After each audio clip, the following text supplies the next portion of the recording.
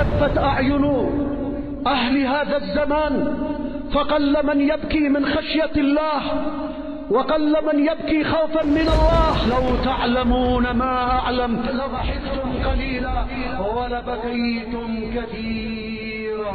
أي أنا أبكي على أمتي من عذاب الله. إنما يؤخرهم ليوم تشخص فيه الأبصار. الحمد لله رب العالمين، الحمد لله وإن كان يقل مع حق جلاله حمد الحامدين، وأشهد أن لا إله إلا الله وحده لا شريك له، وسع الناس خيره ولم يسع الناس غيره، وأشهد أن محمدا عبده ورسوله وصفيه من خلقه وخليله وأمينه على وحيه ومصطفاه، صلى الله وسلم وبارك عليه وعلى آله وأصحابه ومن اقتفى هداه. وبعد، السلام الله عليكم ورحمته وبركاته أيها الإخوة الأفاضل. وقبل الشروع في البدء يجب أن نشكر أخانا القارئ لهذه الآيات البينات، وأن نسأل الله عز وجل أن يجزل له المثوبة، ونقول له أين ذهب؟ أيوة، لقد أوتيت مزمارا من مزامر آل داود، فنسأل الله تعالى أن يحفظك. ومن الأمر الحسن أن يفتتح أي درس بكلام الله عز وجل، وهذا أمر قد كان مقررا عند السلف. فكان عمر رضي الله عنه كلما جمع أصحابه أوصى أبا موسى الأشعري رضي الله عنه بقراءة بعض الآيات، فهذا أمر طيب. وكل من كان حريصا على اتباع آثار السلف كان لزاما عليه أن يقتدي بهم في الأمور كلها، لا سيما في قراءة القرآن. Mes très chers frères, avant de commencer, nous devons de remercier notre frère qui a lu ces quelques versets du Coran, la parole d'Allah subhanahu wa ta'ala, et nous lui disons, comme le prophète a dit alayhi salatu wassalam à Abu Musa al-Ash'ari, il t'a certes été donné un instrument tel que celui qui a été donné à la famille de David, ce qui fait référence à la beauté de la voix. فنسأل الله عز وجل, on demande à Allah qu'il préserve notre frère et qu'il le préserve des yeux des envieux. Et le fait de commencer, quel que ce soit comme discours, quoi que ce soit comme discours, par la parole d'Allah subhanahu wa ta'ala, est une des traditions que nos prédécesseurs nous ont léguées. Car Omar radiyallahu anhu, lorsqu'il réunissait ses compagnons, demandait à Abu Musa al-Ash'ari radiyallahu anhu de lire le Coran avant qu'il ne commence à parler. Il est donc demandé à quiconque est soucieux de suivre les traces des prédécesseurs de le faire dans tout ce qu'ils peuvent, et notamment tout ce qui a un lien avec le Coran, la parole d'Allah subhanahu wa ta'ala. Cependant, je me permettrai de faire une petite remarque. N'ayez pas peur, ce n'est pas quelque chose de méchant. Mais lorsqu'on est dans le Coran des versets en relation avec al-wa'id, la menace, al-azab, le châtiment, il convient à ce qu'on ne conclut pas la lecture en s'arrêtant dessus. Allah Ta'ala yaqulu fil Qur'an, Allahu nazzala ahsana al-hadith kitaban mutashabiha. Kitaban mutashabihan mathani. Allah Tabaraka wa Ta'ala a fait descendre la meilleure des paroles, un livre dont chaque partie de celui-ci se ressemble dans leur perfection. et dans leur éloquence, mutashabihan. Mathani, c'est-à-dire en paire, évoqué en paire. Que chaque chose dans le Coran est évoquée en paire. Quand Allah tabaraka wa ta'ala fait référence aux salihin, il fait référence aux talihin, aux zalimin. Quand Allah azza wa jalla il fait référence aux vertueux, il fait référence aussi aux malfaisants. Quand Allah ta'ala il fait référence aux gens qui n'ont pas cru en leur prophète, il fait référence à ceux qui ont cru en leur prophète. Et lorsqu'Allah ta'ala il fait référence à la récompense, il fait référence aussi à la menace. Donc les choses sont évoquées par paire dans le Coran. Et lorsqu'on continue, là où notre frère s'est arrêté, hafidahullah, on arrive à un passage où Allah Ta'ala il fait référence aux vertueux. Donc il est mieux, un yustahsan, il est meilleur pour celui qui lit le Coran, que ce soit l'imam durant la prière ou bien le qari, de lire ce qui est évoqué par paire et de ne pas les couper. Pourquoi? Parce que tout ce qui a un lien avec le châtiment, la menace, la récompense, la satisfaction d'Allah Azza wa Jal a une incidence sur ce qu'on appelle al-khawf wal-raja, c'est-à-dire la peur et l'espérance, qui sont deux des piliers principaux de la foi. Donc la foi elle repose sur trois piliers: sur l'amour, l'amour, la peur et l'espérance. Et les versets qui font référence au châtiment et à la menace d'Allah Azza wa Jal viennent alimenter la peur. Et les versets qui font référence à la récompense viennent alimenter l'espoir. Et les versets qui font référence au bienfait d'Allah Ta'ala sur le serviteur viennent alimenter l'amour. Et c'est ainsi que la foi du croyant elle est complète. Si on insiste trop sur les menaces et les châtiments, alors la peur l'emporte sur le reste et ça fait tomber dans le désespoir. Si on insiste trop sur la récompense en oubliant le reste, l'espoir l'emporte sur le reste et ça fait tomber dans les espoirs futiles et vains qui ne sont pas accompagnés par les actions qui les concrétisent. وهكذا قال العلماء إن الخوف والرجاء للإيمان بمنزلة الجناحين للطائر. La peur et l'espérance dans la foi sont comme les deux ailes de l'oiseau. إذا انكسرت أو إذا انكسر أحد جناحي الطائر وهو يطير خر ومات. Lorsque l'une des deux ailes de l'oiseau se casse pendant qu'il vole, il tombe et meurt. هذه وصية مهمة فيما يتعلق بقراءة القرآن وفهمه وتدبره. Ça c'est une recommandation importante qui a un lien direct avec la lecture du Coran ainsi que sa méditation et sa réflexion et la réflexion qu'on nous demande d'avoir vis-à-vis de lui.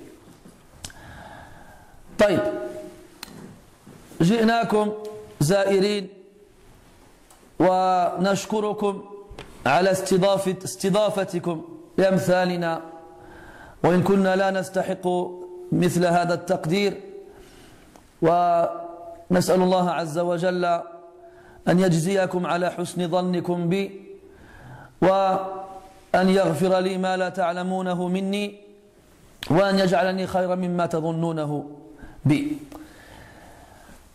Donc nous sommes venus vous visiter après que vous nous ayez bien entendu invités, et ceci est une preuve de la bonne opinion que vous avez de nous, et on vous remercie pour cela, car c'est le devoir du croyant que d'avoir une bonne opinion envers son frère, et il lui est interdit d'avoir une mauvaise opinion envers son frère tant qu'il n'y a rien qui lui permette de l'avoir. Et on demande à Allah Azza wa Jal de vous récompenser pour cela et de faire que nous ne vous décevions pas dans votre opinion. Nous sommes venus partager avec vous quelques instants dans lesquels on espère, Inch'Allah Ta'ala, contribuer à l'essor et à l'augmentation de la foi. Quelques moments dans lesquels on essaiera de se rappeler mutuellement le chemin que le croyant se doit de suivre.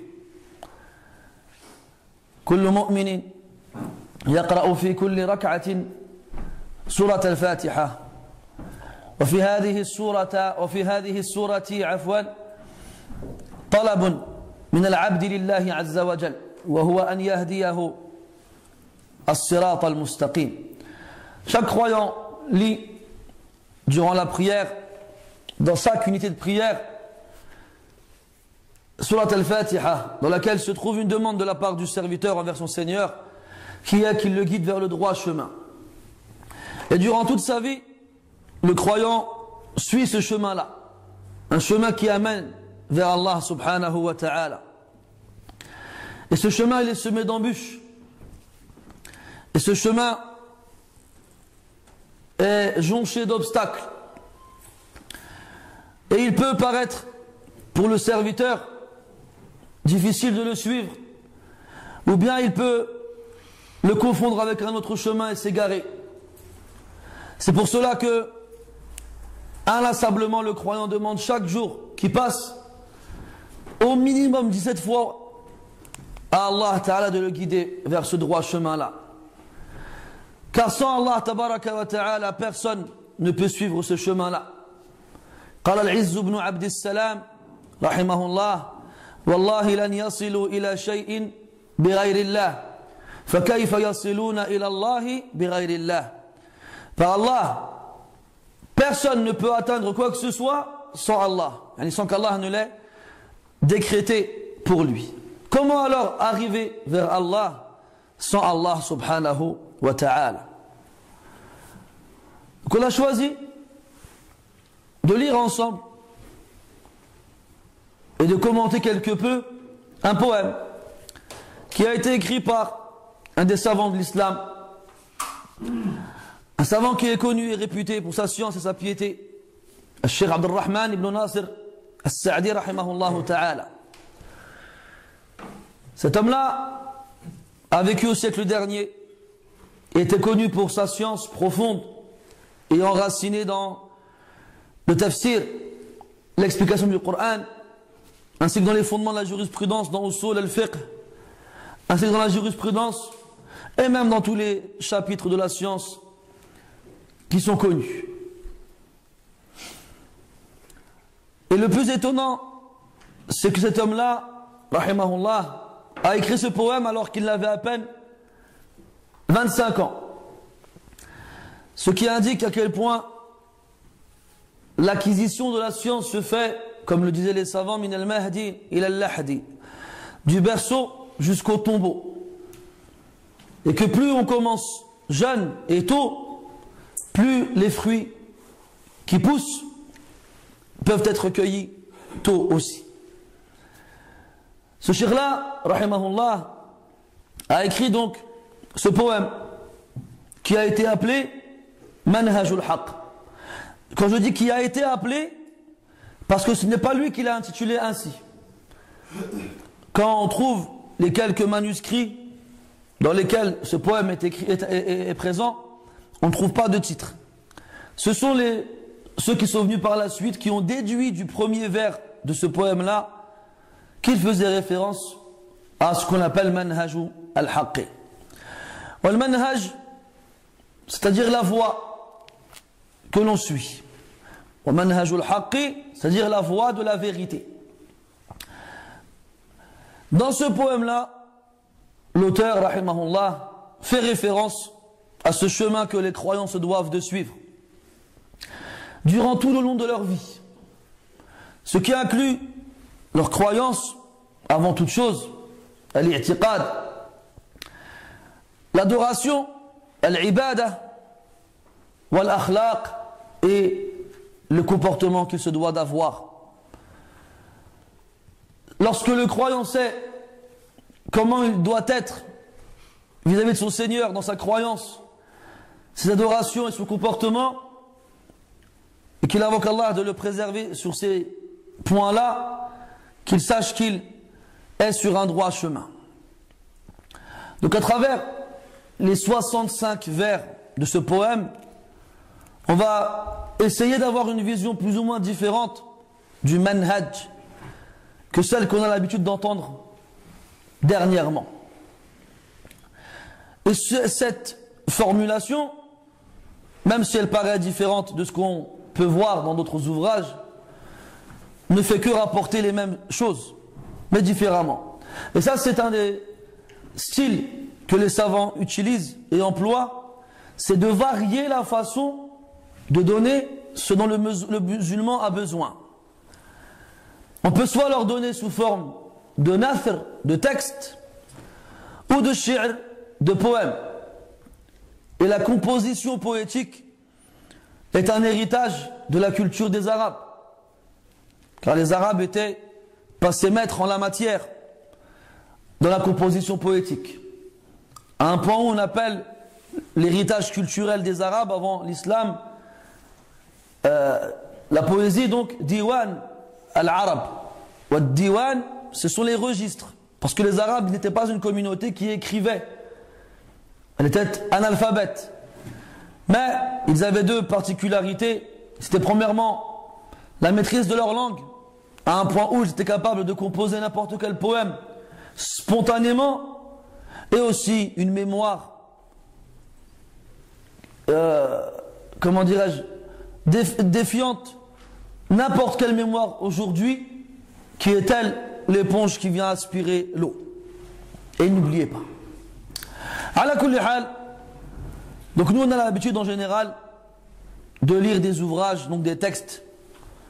Mais il est bien habitué aussi les musulmans à ce genre de composition poétique.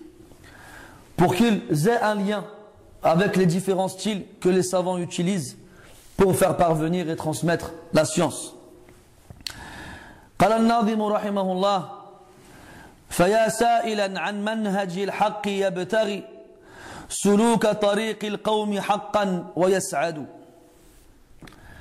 Ici l'auteur il dit rahimahullah, ô toi qui interroges au sujet de la voie de la vérité en recherchant le moyen de prendre le chemin des gens réellement et qui recherchent aussi la félicité, la joie. Donc ici, l'auteur, rahimahullah, s'adresse à quelqu'un qui demande. Et Allah, tabaraka wa ta'ala, nous ordonne dans le Coran de demander. Dans quel cas, lorsqu'on ne sait pas. Allah dit dans le Coran, فَاسْأَلُوا أَهْلَ الذِّكْرِ إِن كُنْتُمْ لَا تَعْلَمُونَ. Demandez aux gens du rappel si vous ne savez pas. Et en même temps, il nous interdit de demander des choses qui pourraient nous être nuisibles. قال تعالى يا أيها الذين آمنوا لا تسألوا عن أشياء إن تبد لكم تسؤكم. Ô vous qui avez cru, n'allez pas demander au sujet de choses que si on vous les dévoile, elles vous attristeront. Elles vous paraîtront mauvaises. Ici, l'auteur il dit, ô toi qui demande au sujet du chemin de la vérité. Allah dans le Coran il dit que le chemin qui mène à lui il est droit. Et il dit aussi wa anna hada sirati mustaqima. Et ceci est certes, et voilà mon chemin qui est droit, fattabi'uh, suivez-le. Wa la tattabi'u as-subula fatafarraqa bikum an sabilihi. Et n'allez pas suivre les sentiers, les petits chemins, sinon ils vous sépareront et ils vous égareront de son droit, de sa voie droite. Et dans le hadith d'Ibn Mas'ud radiyallahu anhu, le prophète alayhi salatu wassalam a tracé un trait droit avec un bâton par terre. Et il a dit aux compagnons radiyallahu anhum, voici le chemin d'Allah azza wa jal. Il est droit, il est clair. Et il a tracé à la droite et à la gauche de ce long trait des petits traits diagonales qui ne sont pas droits. Et il a dit voici des chemins. Et à la tête de chacun d'entre eux, un diable qui appelle vers lui. Quand on était à l'époque du prophète, alayhi salatu wassalam, ainsi que les générations qui l'ont suivi, entre autres les trois premières, la voie droite et le chemin de la vérité étaient clairs. Et plus on avance dans le temps, et plus les ambiguïtés prennent le dessus, à un point où les gens ne savent plus quel chemin il faut suivre. C'est pour cela qu'on trouve de plus en plus des gens qui vont voir les savants et qui leur demandent quelle voie doit-on suivre, quel chemin doit-on prendre pour arriver à cet objectif qui est celui de tous les croyants, la joie éternelle.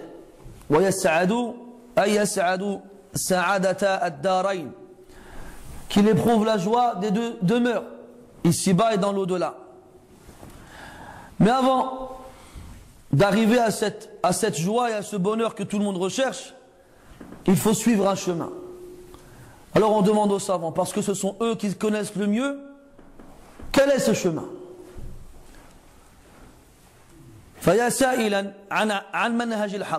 Ô toi qui demandes au sujet de la voie de la vérité. Et le fait de demander était aussi la voie des premiers musulmans. Et Allah tabaraka wa ta'ala y a fait référence de nombreuses fois dans le Coran en reprenant l'énoncé de leurs questions. Yas'alunaka 'anil khamri wal maysir. Ils t'interrogent au sujet du vin et des jeux d'argent faciles. Yas'alunaka 'anil mahid. Ils t'interrogent au sujet des menstrues. Yas'alunaka 'anil shahril harami qitalin fihi. Yas'alunaka 'anil anfal.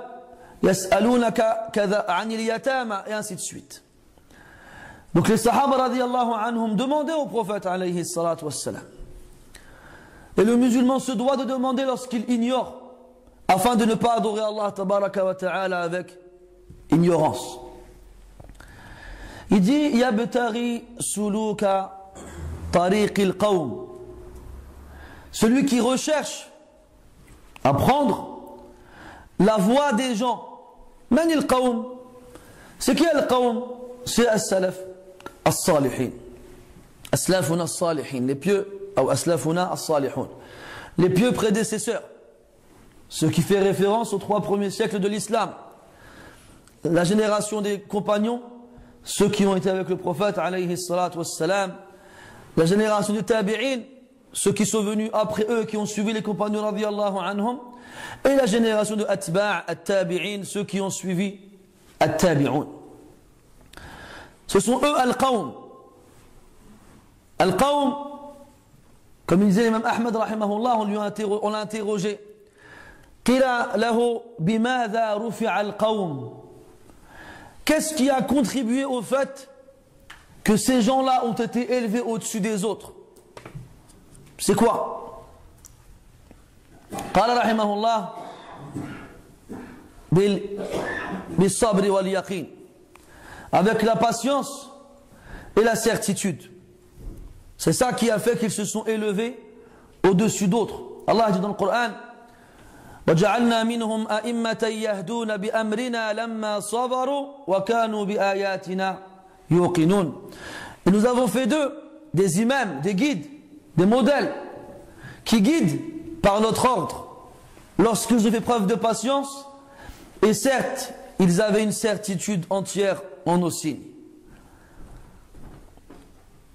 Donc al-qawm, le groupe, le peuple, ça fait référence aux pieux prédécesseurs.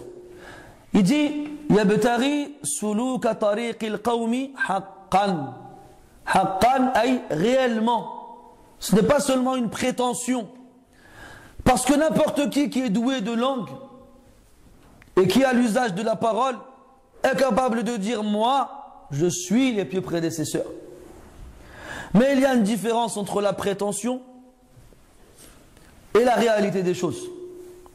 Al-Hasan al-Basri rahimahullah il disait: Laysa al-iman bit-tamanni wala bit-tahalli walakin ma waqara fil qalbi wa saddaqathu al-jawarih. La foi n'est pas une espérance, ni un ornement, un vêtement que l'on va porter, ou bien un bijou qui viendra nous embellir. Mais c'est ce qui s'installe dans le cœur et qui est réalisé, confirmé par les membres du corps. Et dire qu'on suit les pieux prédécesseurs, c'est la même chose. Ce n'est pas une prétention. Bit-tamanni. Moi je suis les pieux prédécesseurs. C'est une prétention. Comme qala al-ulama, la da'wa illa bi bayyina. Il n'y a pas de prétention sans qu'elle ne soit appuyée par une preuve. Il n'y a pas de prétention sans qu'elle ne soit appuyée par une preuve. Donc ici, celui qui cherche à suivre le chemin des pieux prédécesseurs réellement, c'est celui qui n'en fait pas une prétention verbale. Des mots qui sortent de sa bouche sans que cela ne soit confirmé par ses actes. Non. Sinon, ça c'est la portée de tout le monde. Tu prends un perroquet, il est capable de répéter des mots. Et tu lui apprends à dire, je suis les pieux prédécesseurs. Et il arrivera à dire, je suis les pieux prédécesseurs. Est-ce que pour autant on va lui donner raison? Non, c'est un perroquet.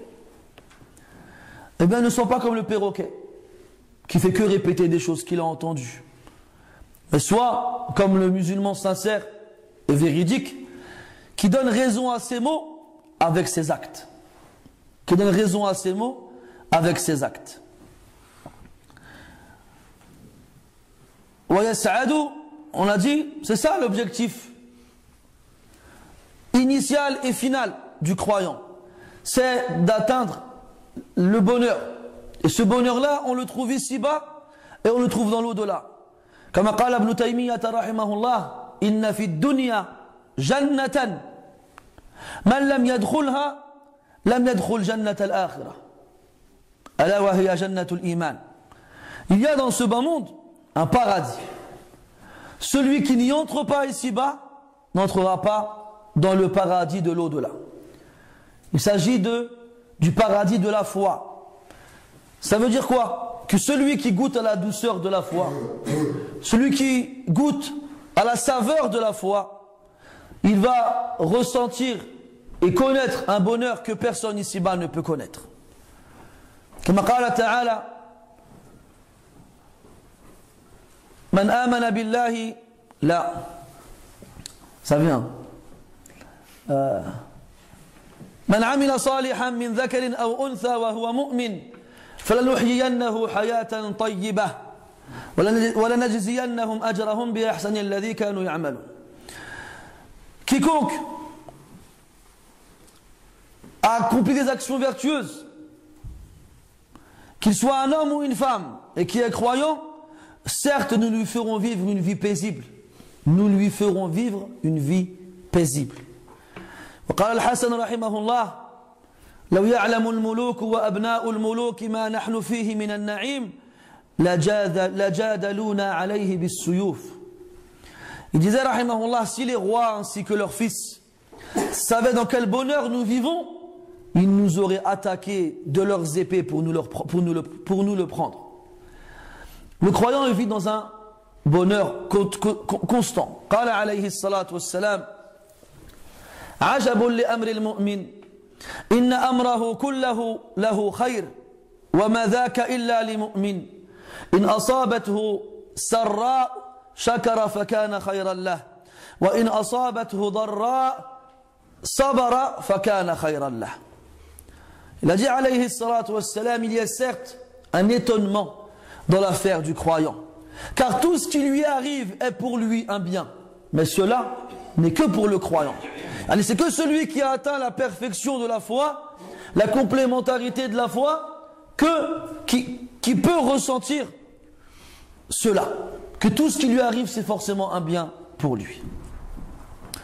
Après il précise, il dit, lorsqu'il est touché par un bien, il fait preuve de gratitude, et ce sera alors pour lui un bien. Pourquoi? Parce qu'Allah dit dans le Coran, وَإِذْ تَأَذَّنَ رَبُّكُمْ لَإِنْ شَكَرْتُمْ لَأَزِيدَنَّكُمْ.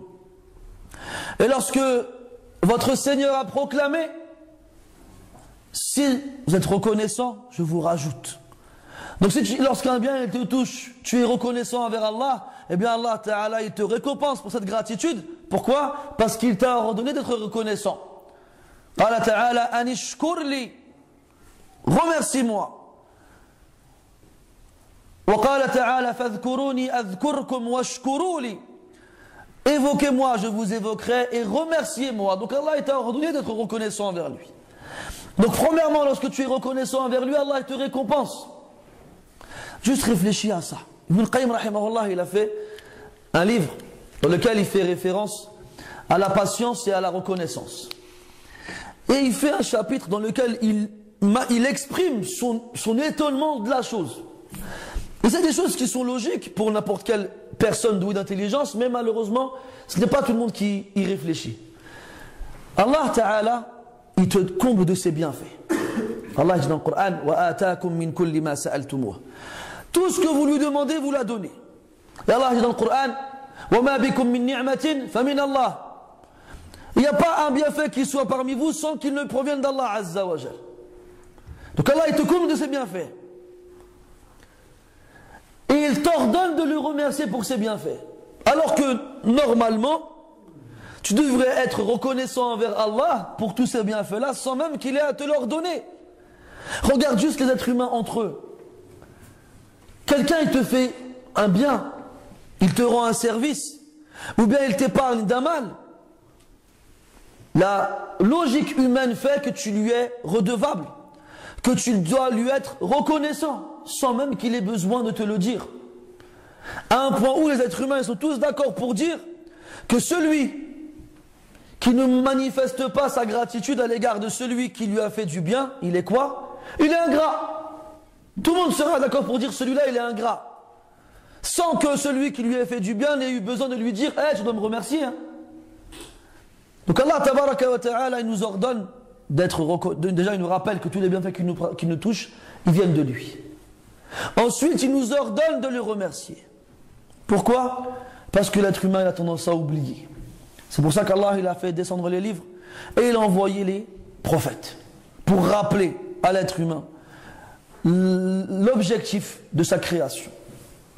Donc Allah il t'ordonne de le remercier pour une chose qui normalement tu devrais la faire sans qu'on ait besoin de te le dire. Mais ça ne s'arrête pas là. On arrive à la seconde étape, c'est qu'il te récompense lorsque tu es reconnaissant. Comment être récompense? Par le biais de bonnes actions. Premièrement, pourquoi? Parce que l'ordre d'Allah tabaraka wa ta'ala, lorsqu'on s'y soumet, Allah il nous récompense. Troisième étape, c'est qu'en plus de te récompenser pour une chose que tu devrais faire normalement, sans qu'on ait besoin de te la dire, il te rajoute. Il te donne encore plus. وَإِذْ تَأَذَّنَ رَبُّكُمْ لَإِنْ شَكَرْتُمْ لَأَزِيدَنَّكُمْ. Et si on prend ces trois étapes-là, on se rend compte que le croyant, il doit toujours être reconnaissant. Pourquoi? Parce que le fait qu'Allah Ta'ala il te rajoute après que tu lui aies remercié, te ramène à le remercier à nouveau. Pourquoi? Parce qu'il t'a rajouté de ses bienfaits. Ce qui va amener Allah Ta'ala de te rajouter encore de ses bienfaits. Et ainsi de suite, et ainsi de suite, juste sans s'arrêter. Ce qui signifie que le croyant doit toujours être reconnaissant. Toujours. C'est pour ça qu'Allah Tabaraka wa Ta'ala dans le Coran, il insiste plus sur la patience que sur la reconnaissance. Parce qu'il est plus facile pour le croyant de faire preuve de gratitude à l'égard d'un bienfait qui nous a touché, que de faire preuve de patience suite à une épreuve qui nous tombe dessus. قال أحد الحكماء لأن أعافى فأشكر أحب إلي من أن أبتلى فأصبر.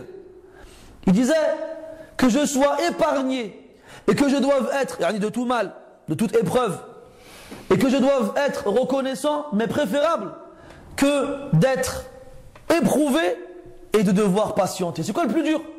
Allah il donne à manger et tu lui dis Alhamdulillah, tu le remercies, ou bien Allah il t'éprouve par la faim et tu dois patienter.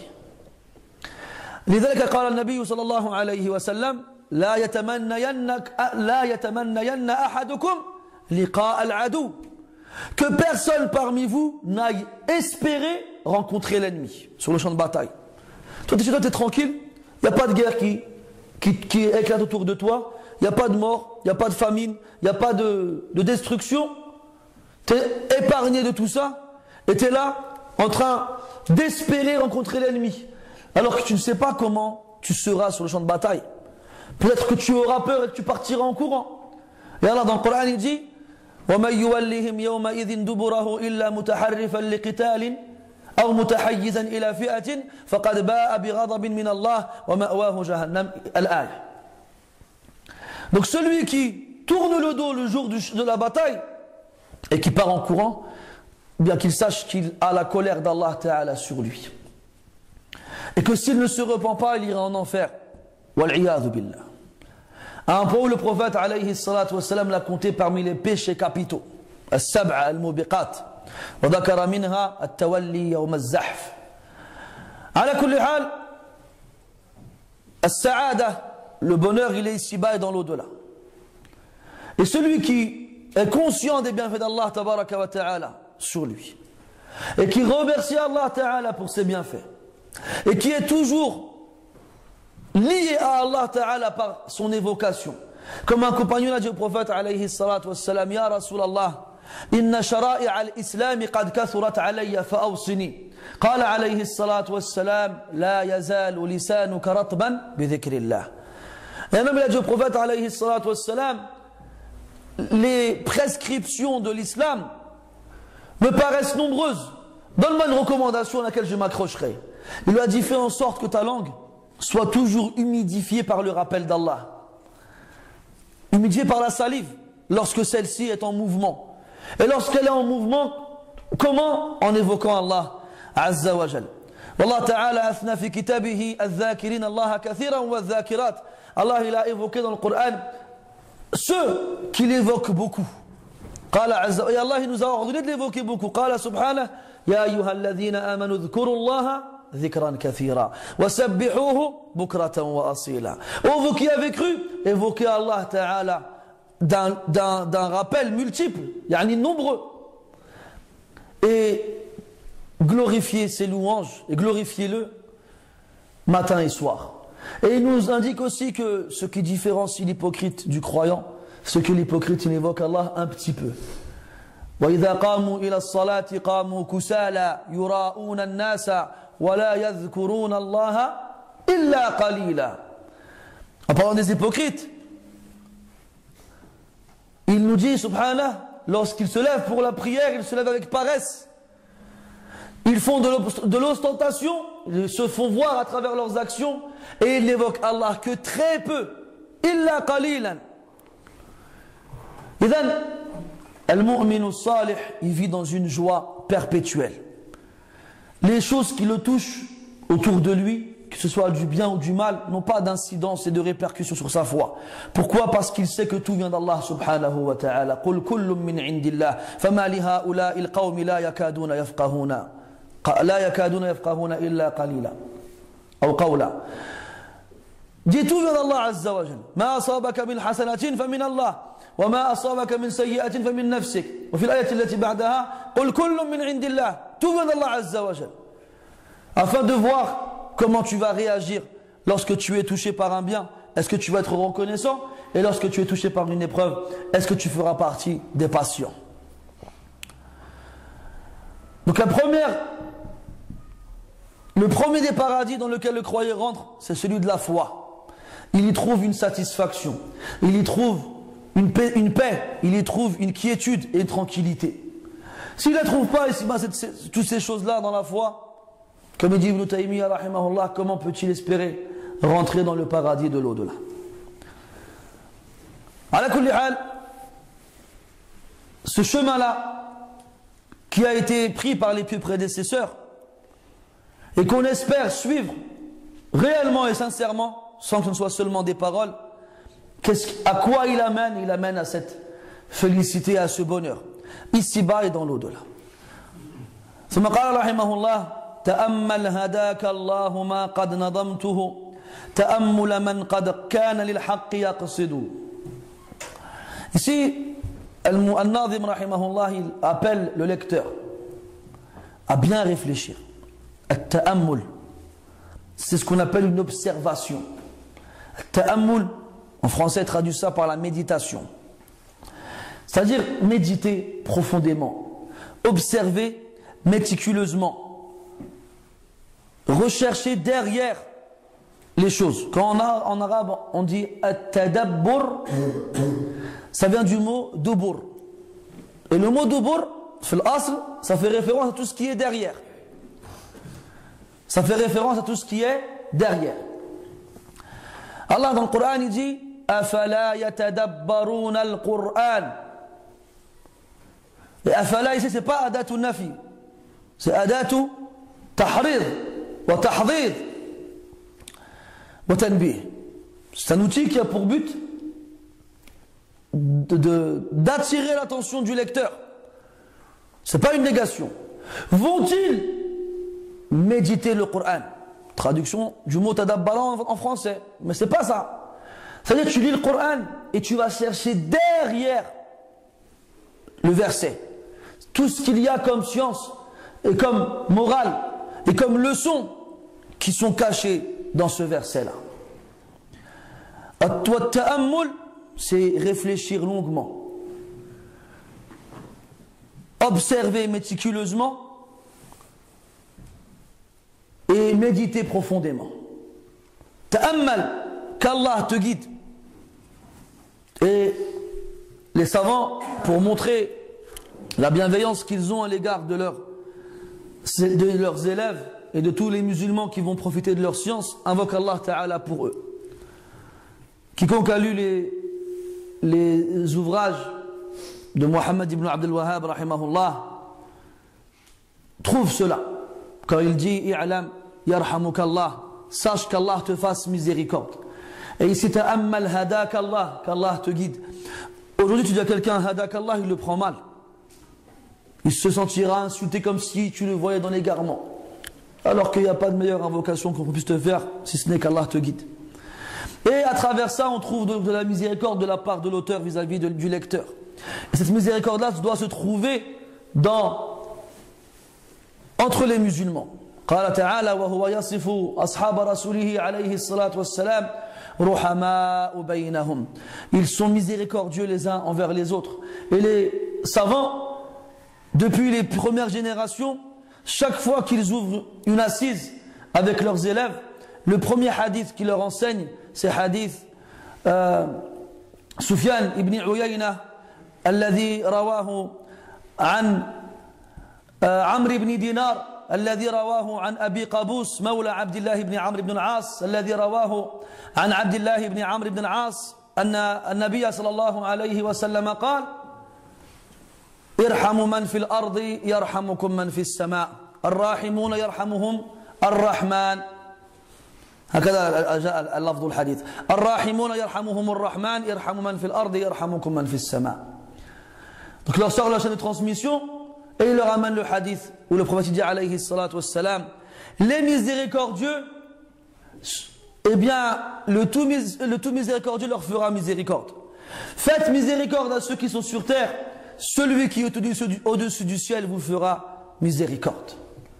Donc quand tu veux faire preuve de miséricorde envers ton frère, invoque Allah Ta'ala pour lui.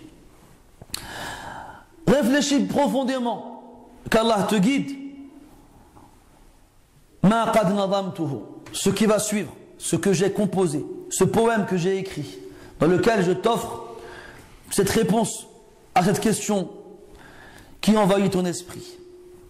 Réfléchis profondément, ô toi qui recherche la vérité. Ô toi qui recherche la vérité, réfléchis profondément.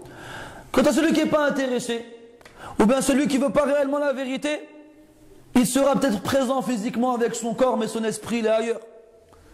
Ou bien, il ne va pas réfléchir profondément au sens qu'on trouvera dans ce poème-là. ثم قال رحمه الله وهو يدخل في المشروع أو في الموضوع. Après avoir fait cette légère introduction, il rentre dans le vif du sujet. Donc il met en évidence cette voie qui mène à la vérité, cette voie qui mène au bonheur et à la félicité. Et quels sont les éléments qui la composent. قال رحمه الله نقر بأن الله لا رب غيره إله على العرش العظيم ممجد. نقر, ça veut dire on reconnaît. On reconnaît et on accepte qu'Allah tabaraka wa ta'ala, il n'y a aucun seigneur en dehors de lui. Il n'y a aucun seigneur en dehors de lui. La rabba ghayruhu. Et le mot Rabb, premièrement, est un des noms d'Allah subhanahu wa ta'ala. Kama ja'a dhalika في قول النبي صلى الله عليه وسلم أما الرب أو أما الركوع فعظموا فيه الرب أما الركوع فعظموا فيه الرب. Quant à l'inclinaison dans la prière, eh bien, glorifiez dans cette position-là le Seigneur. Donc le nom Rabb est un des noms d'Allah subhanahu wa ta'ala. Et Cheikh Al-Uthaymin rahimahullah l'a cité parmi les 99 dans son livre Al-Qawa'id Al-Muthla. Et le mot Rabb, le nom Rabb, il contient 3 sens. Al-Khaliq, le créateur. Wal-Malik, donc le possesseur, celui qui possède tout, ou bien le roi. Wal-Mudabbir, celui qui gère tout, celui qui régit toute chose. Donc il n'y a personne qui détient ces caractéristiques-là en dehors d'Allah subhanahu wa ta'ala. Il n'y a pas de créateur en dehors d'Allah. قال عز وجل هل من خالق غير الله يرزقكم من السماء. Y a-t-il un autre créateur en dehors d'Allah qui vous donne votre subsistance du ciel? Et lorsqu'on parle de la création ici, on fait référence à son sens de base. Wahuwa al-ijad min al-adam. Le fait de faire exister à partir du néant. Il n'y a qu'Allah subhanahu wa ta'ala qui peut faire cela. Wal-mulk. Quant à la royauté, Allah tabaraka wa ta'ala est le roi de la création. Et le roi des créatures. Et aucune créature ne peut rivaliser ou bien ne peut prétendre le concurrencer dans cela. Allah dit dans le Coran, dans Surah Al-Fatiha, Maliki yawmiddin. Maliki bitamdidi al-mim, yani celui qui possède. Wabi adami tamdidiha, le roi, Maliki yawmiddin. Et Allah dit, لمن الملك اليوم لله الواحد القهار. Et Allah dit الملك يومئذ لله يحكم بينهم. Et Allah dit الملك يومئذ الحق للرحمن إلى غير ذلك. Et dans ces versets-là, Allah Ta'ala il fait référence au jour du jugement. Pourquoi? Parce que ce jour-là, la royauté d'Allah Tabaraka wa Ta'ala sera visible à tous sans que quiconque ne puisse prétendre être un roi. Même s'il ne cherche pas à rivaliser avec Allah subhanahu wa ta'ala, il ne pourra plus prétendre être un roi, comme c'était le cas ici-bas. Ici-bas, il y a des rois. Allah dit dans le Coran, قُلِ اللَّهُمَّ مَالِكَ الْمُلْكِ تُؤْتِي الْمُلْكَ مَنْ تَشَاءُ وَتَنْزِعُ الْمُلْكَ مِمَّنْ تَشَاءُ. Ô toi, Allah, le roi des rois, ou bien le possesseur de la royauté, tu donnes la royauté à qui tu le veux et tu la retires à qui tu le veux. Il y a donc des gens ici-bas qui ont cette royauté-là, mais c'est une royauté limitée dans le temps et l'espace, qui peut leur venir du jour au lendemain, tout comme ils peuvent la perdre du jour au lendemain. Quand il s'agit d'Allah subhanahu wa ta'ala, la yunazi'uhu fihi ahad. Personne ne s'oppose à lui dans celle-ci, personne ne rivalise avec lui dans celle-ci, personne ne concurrence avec lui dans celle-ci. Ici-bas et dans l'au-delà. Mais ici-bas, il y a des rois. Il n'y a bien sûr aucune comparaison possible entre les rois d'ici-bas et Allah subhanahu wa ta'ala. Mais dans l'au-delà, personne ne sera un roi. Et la royauté d'Allah subhanahu wa ta'ala absolue sera manifeste et évidente aux yeux de tous. La rabba ghayruhu, et on a dit al-mudabbir, celui qui gère et régit toute chose. Ilahun ala al-arshi al-azimi mumajjadu. Ilahun fi'alun bima'na maf'ul. Ka kitabin bima'na maktub. Fa ilah bima'na ma'luh. Wal ma'luh huwa al-ma'bud. Ilah en traduisant en français par Dieu ou encore divinité. Il faut savoir une chose, c'est qu'en français, comme on a un souci de gagner du temps, et de ne pas faire des phrases trop longues, on cherche un équivalent. Mais il faut savoir que l'écart, le fossé, comment on dit je perds mon latin. Ala kulli hal, les gorges qui séparent le français de l'arabe sont tellement vaste que c'est impossible de chercher un équivalent réellement. Alors il vaut mieux se contenter de garder le mot en arabe et lui apporter une explication en français, même si ça nous demande de faire une phrase ou même plus, que de chercher un mot pour un mot en arabe, alors que ça n'a pas du tout le même sens. Alors que ça n'a pas du tout le même sens. Et les exemples sont nombreux et variés. Exemple, at-taqwa. Comment on le traduit en français? La piété. C'est pas ça, at-taqwa. At-taqwa, si on vient au sens littéral du mot en arabe, c'est la préservation. Ou si tu veux, la protection. Ça vient du verbe ittaqa, qui veut dire se protéger d'eux. Et son sens islamique, أن تجعل بينك وبين عذاب الله وقاية بفعل ما أمر واجتناب ما نهى عنه وزجر.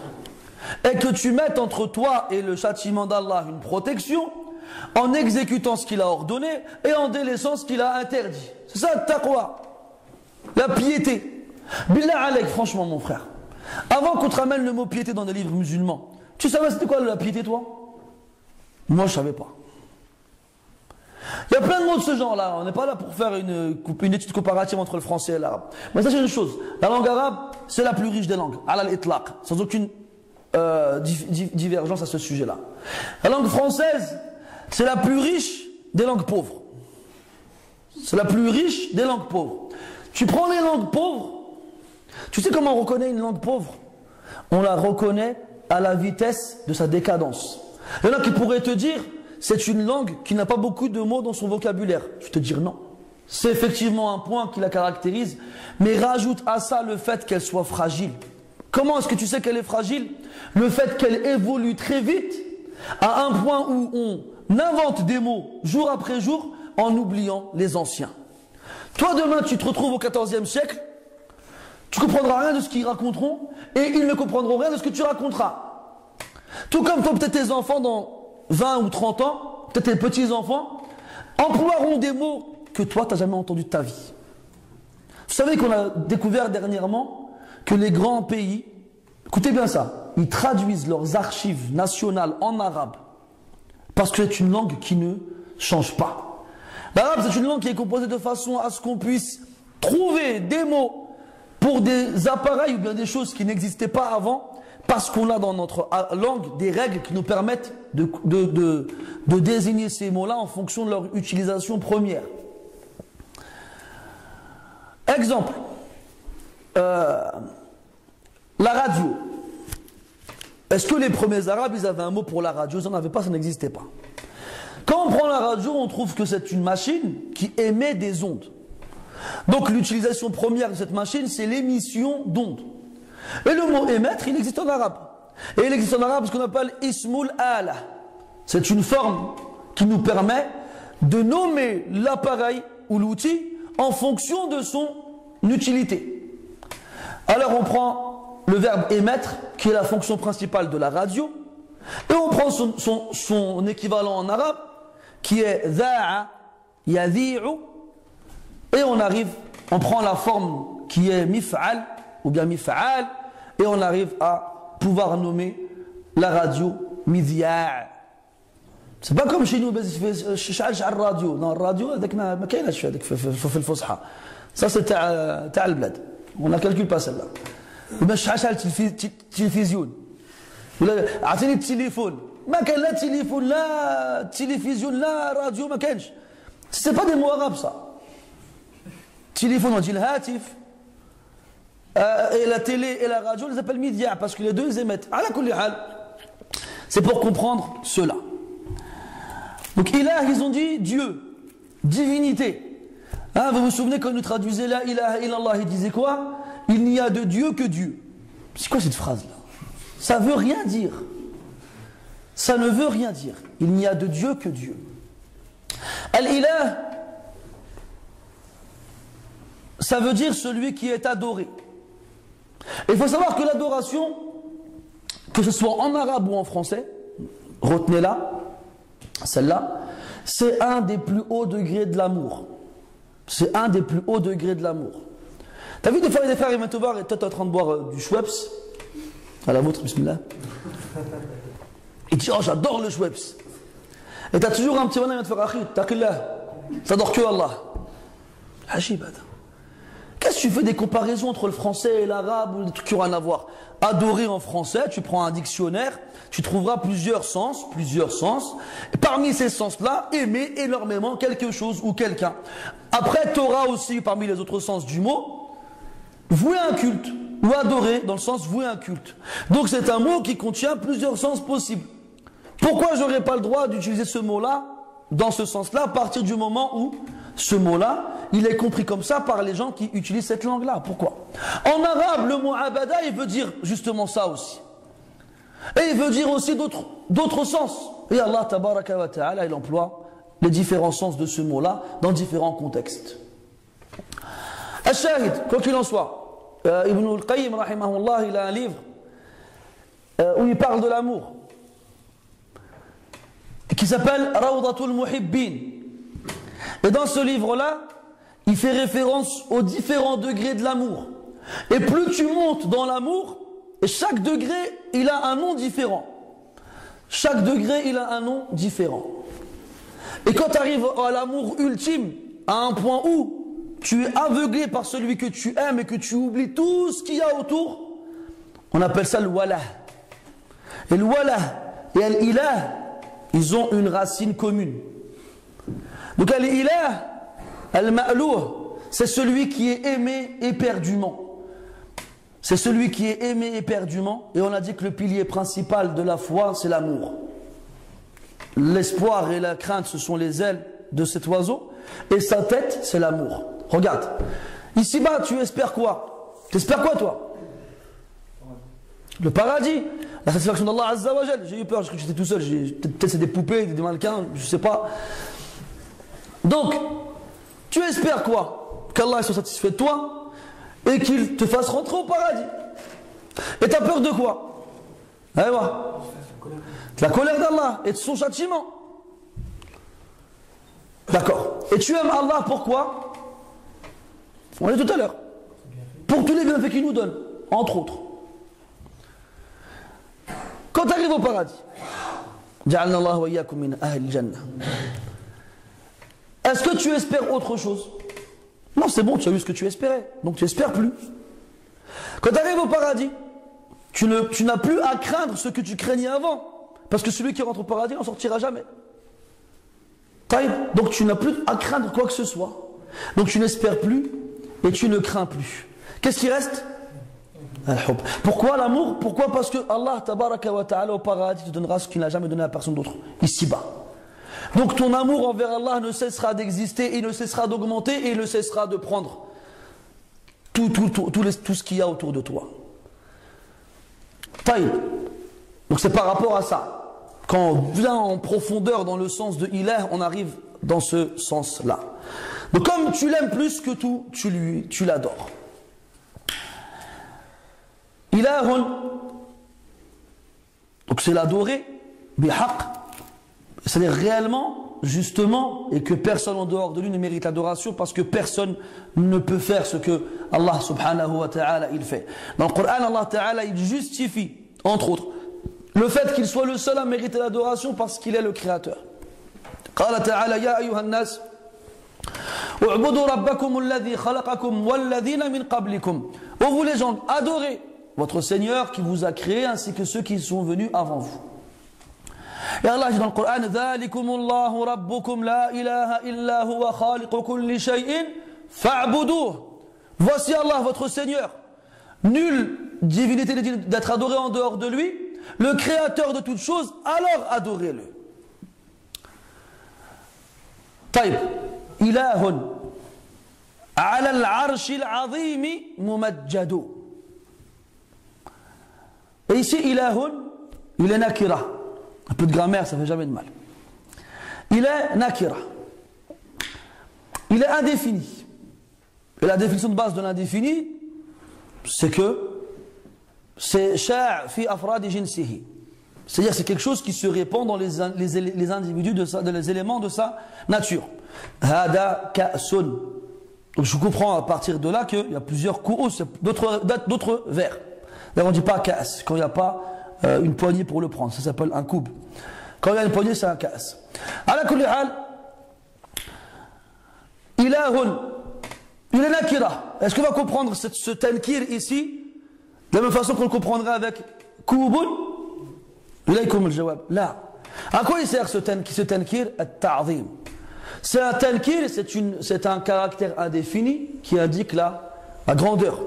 Comme quand Allah Ta'ala dit Kitabun anzalnahu ilayka. Kitabun, un livre. Parmi tant d'autres? Non. Un livre, parce que c'est le livre. Il est tellement azim qu'il a même plus comment dirais-je, d'équivalent qui puisse être concerné par cette généralité-là. Ilahun. Donc on traduirait par un adoré, mais c'est l'adoré.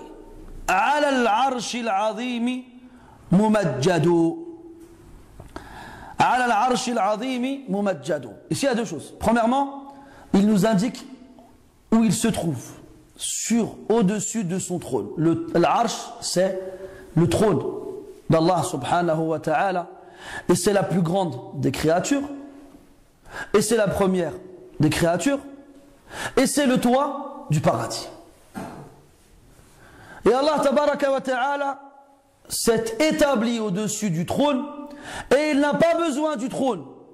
Le trône et sa grandeur, ainsi que les anges porteurs de celui-ci, ainsi que toutes les créatures ont besoin d'Allah subhanahu wa ta'ala. Amma Allah, il a besoin de rien, ni de personne. Al-Hayyul Qayyum Al-Ghaniyul Hamid subhanahu wa ta'ala.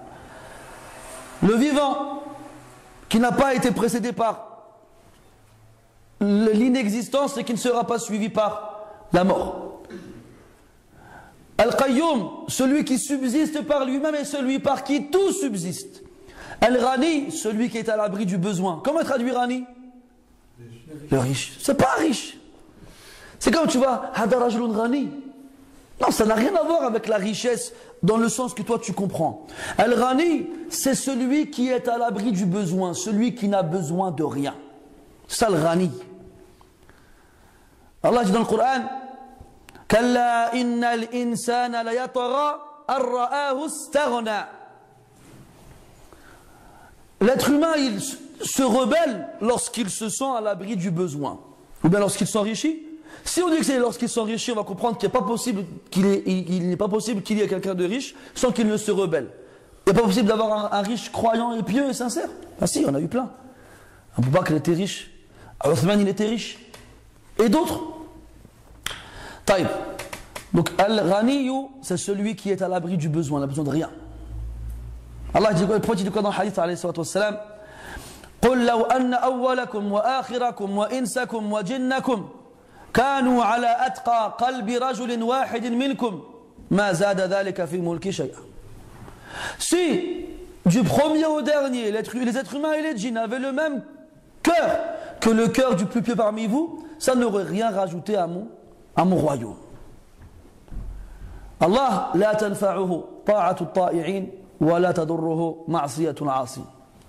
Allah n'a pas besoin, ne tire pas de profit, d'intérêt dans l'adoration des obéissants, tout comme il n'a aucune nuisance dans la désobéissance des malfaisants. Taïb. Ilahun ala al-arsh. On a dit l'arsh, akbarul makhlouqat. C'est la plus grande des créatures. C'est la plus grande des créatures. Et Allah tabaraka wa ta'ala, il a désigné des anges pour porter ce trône-là. Combien ils sont? Ils sont 8? Ah, mashallah. Il dit ils sont 8 mais pas maintenant. Sadaqt. Combien ils sont alors?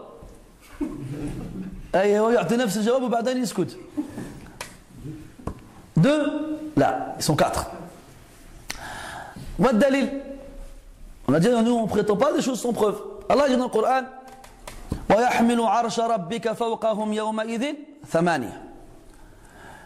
Et Allah dit dans notre verset الَّذِينَ يَحْمِلُونَ الْعَرْشَ, ceux qui portent le trône. Donc on sait qu'Allah Ta'ala, il a désigné des anges pour porter le trône. Et tu remarques bien comment Allah il dit la chose. Il ne dit pas il porte Allah wal-iyadu billah. Il porte le trône. Nuance.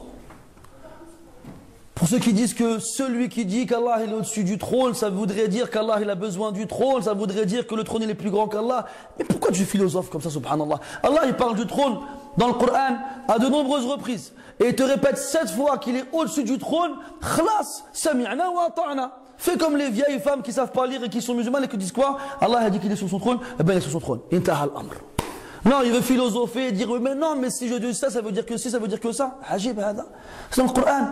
Allah il a choisi la langue arabe pour le Coran. Cette langue qui est claire et qui est évidente. Et dont les mots qui sont choisis ne sont pas choisis au hasard parce qu'ils portent un sens précis et clair en fonction, en rapport avec ce qu'Allah il a voulu dire. Pourquoi tu cherches des problèmes? Reste sur la base. Donc il y a des anges qui portent le trône. Dans le premier verset, Allah ne fait pas référence à un nombre. Dans le second, il dit, subhanah, وَيَحْمِلُ عَرْشَ رَبِّكَ فَوْقَهُمْ يَوْمَئِذٍ ثَمَانِيَةٌ. Regarde encore. دِقَّةُ التَّعْبِير. La précision dans l'expression. Il dit, وَيَحْمِلُ, et portera, عَرْشَ رَبِّكَ, le trône de ton Seigneur. Le trône de ton Seigneur. فَوْقَهُمْ, au-dessus d'eux, fawqahum, au-dessus d'eux, yawma idhin, ce jour-là, thamaniya, ce jour-là, 8. Ce jour-là, quel jour? Le jour du jugement. Donc le jour du jugement, il y aura 8 anges qui porteront le trône. Et il y a un hadith rapporté par l'imam Ahmad qui a été jugé comme étant authentique, comme quoi, il y a un homme qui a cité un poème dans lequel il disait qu'il y avait 4 anges qui portaient le trône. Un qui a une tête d'aigle, un qui a une tête de taureau, un qui a une tête de lion et un qui a une tête d'homme. Et le prophète lui a dit quoi? Sadaqt, tu dis vrai. Et celui qui veut retourner au hadith, qu'il retourne à Tafsir Ibn Kathir dans le verset de l'Haqqa, il le trouvera, ainsi que le jugement des savants à son sujet. Donc ce hadith là nous prouve qu'il y a 4 anges qui portent le trône ici-bas, et 4 viendront se rajouter à ces 4 là le jour du jugement. Certains ont dit qu'il s'agit de Jibril, Mikaïl, Israfil et Malakul Maut, wallahu ta'ala a'lam. Ala kulli hal, premièrement, on a dit que c'est la plus grande des créatures. Il y a des anges qui les portent. Et que ces anges qui les portent, ils sont aussi immenses. Le prophète dit, alayhi salatu wa sallam, dans un hadith, qu'Allah lui a permis de parler d'un des anges qui porte le trône. Comme quoi, bayna shahmati udhunihi wa katifihi, entre le lobe de son oreille et son épaule, yatiru at-tayru khamsami'ati sana. L'oiseau, il vole 500 ans pour parcourir la distance qu'il y a entre le lobe de son oreille et son épaule. Taïb. On a dit la première des créatures. Il y en a qui vont te dire, mais pourquoi tu as dit alayhi salatu wassalam, que la première chose qu'Allah a créée c'est Al-Qalam. Et là-dessus, un grand khilaf auquel Ibn al-Qayyim, rahimahullah, d'autres savants, duquel ont parlé ces savants-là, et ils ont conclu que Al-Qalam était la première des créatures de ce bas monde. Quant au trône, Allah Ta'ala l'a créé avant. Il l'a créé avant. Taïb. Et on a dit que c'est le plafond du paradis. Et le plafond de la création. Saqfu al-makhluqat. Et Allah Tabaraka wa Ta'ala dans le Coran, il décrit ce trône-là avec différents qualificatifs. Il dit, subhanahu wa ta'ala, Rabbul Arshi al-Karim. Il dit, subhanahu wa ta'ala, Rabbul Arshi al-Azim. Et il dit aussi, Rabbul Arshi al-Majid. Donc Allah Ta'ala, il décrit le Coran avec des caractéristiques grandioses. Le trône immense, le trône noble et le trône majestueux. Traduction relative et approchée. Parce qu'en fait, on n'a pas trouvé autre chose. Hein. C'est ce qui s'y retrouve, c'est ce qui s'y rapproche le plus. Amma Majid, Azim, Karim, en arabe, c'est beaucoup plus que cela. Donc, ilahun ala al-arshi al-azimi, ou ala al-arshi al-azimi na'am, mumajjad. Mumajjad, ismu maf'oul du verbe majjada, qu'on va traduire en français par comment je traduis ça en français? Majestuosiser. Ça n'existe pas. D'accord? Mais si vous voulez, c'est le verbe du mot qui fait référence à la majesté. Et en arabe, majjala bima'na azzama. Et même en français, azzama, il n'y a pas d'équivalent. Tu veux dire quoi? Grandiosiser, ça n'existe pas non plus. Magnifiser, je ne sais pas si ça existe. Qu'est-ce que tu en penses? D'accord. Ala kulli hal, c'est un verbe qui a pour but de mettre en évidence la grandeur d'Allah subhanahu wa ta'ala. Al-Mumajjad. Donc Allah tabaraka wa ta'ala, comme il dit le prophète alayhi salatu wassalam, en se relevant du ruku', il dit Sami'a Allahu liman hamida, Rabbana wa lakal hamd, Ahla al-thana'i wal majd. Ahla al-thana'i wal majd. Ahaqqu ma qala al-abd wa kulluna laka abd. Donc al-majd, c'est la gloire. Al-majd, c'est la gloire. Donc al-Mumajjad, c'est le glorifié. Si on faisait une relation entre les deux termes. Je dois arrêter à quelle heure? D'accord. Donc je vais accélérer un peu. Al-Mumajjad, donc le glorifié, la gloire. Al-Majd, c'est la gloire. Pourquoi la gloire? Parce qu'il est celui qui a les noms les plus beaux et les attributs les plus parfaits. Il est celui qu'on peut, et celui que quels que soient les louanges et les éloges qu'on puisse lui faire, on n'arrivera pas à le couvrir d'éloges comme il se le doit. Le prophète disait dans l'invocation alayhi salatu wassalam, La nuhsi thana'an alayk, anta kama athnayta ala nafsik. Il disait La nuhsi thana'an alayk. On ne peut pas dénombrer les louanges qu'il faut pour toi. Il y en a trop. C'est pas possible pour nous. Anta kama athnayta ala nafsik. Tu es tel que tu t'es loué toi-même. Tu es tel que tu t'es loué toi-même. Comme il disait Al-Arifoun, Allah Azza wa Jal, لا نحصي ثناء عليه هو فوق ما يحمده الحامد. يعني il est au-dessus de ce que les gens puissent lui attribuer peuvent lui attribuer comme louange. Al-Mumajjad, ay al-Mu'azzam, celui qu'on loue, celui à qui on fait ses éloges, à qui on fait les éloges. قال رحمه الله ونشهد أن الله معبودنا الذي نخصصه بالحب ذلا ونفرد. Dans le vers précédent, il a reconnu deux choses.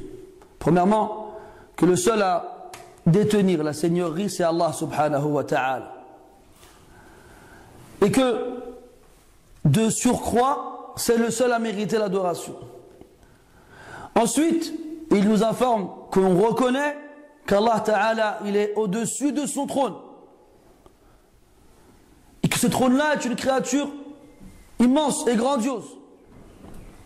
Et qu'Allah subhanahu wa ta'ala, de par le fait qu'il soit réellement au-dessus de toute chose, en lui-même, et dans ses noms et attributs, il mérite qu'il soit d'être glorifié.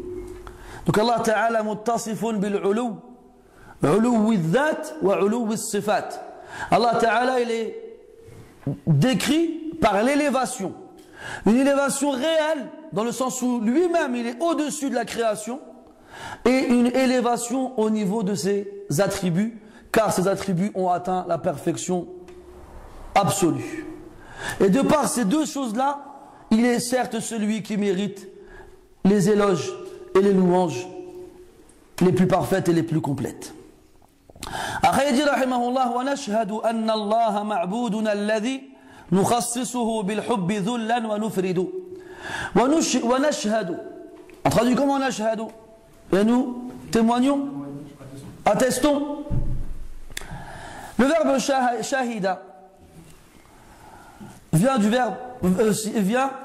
en arabe du fait d'assister. Comment ils appellent dans les chaînes arabes les téléspectateurs? Al-Mushahidoun. Comment on appelle un événement? Mashhad. Quelque chose auquel on peut assister. Donc il y a dans le sens du verbe shahida une relation avec la vision. Et shahida, en traduisant en français par le témoignage ou bien l'attestation, c'est pas lointain. Ça ne veut pas dire que tout le français il a jeté à la poubelle. Il reste malgré tout des petits mots sympathiques. Le témoin d'un événement quelconque, on l'appelle un shahid. Donc, tu témoignes et tu reconnais. Du moins, plus précisément, tu acceptes et tu reconnais. Et tu témoignes comme si tu l'avais vu avec tes yeux. C'est ça, en fait, qu'il faut comprendre du verbe shahida.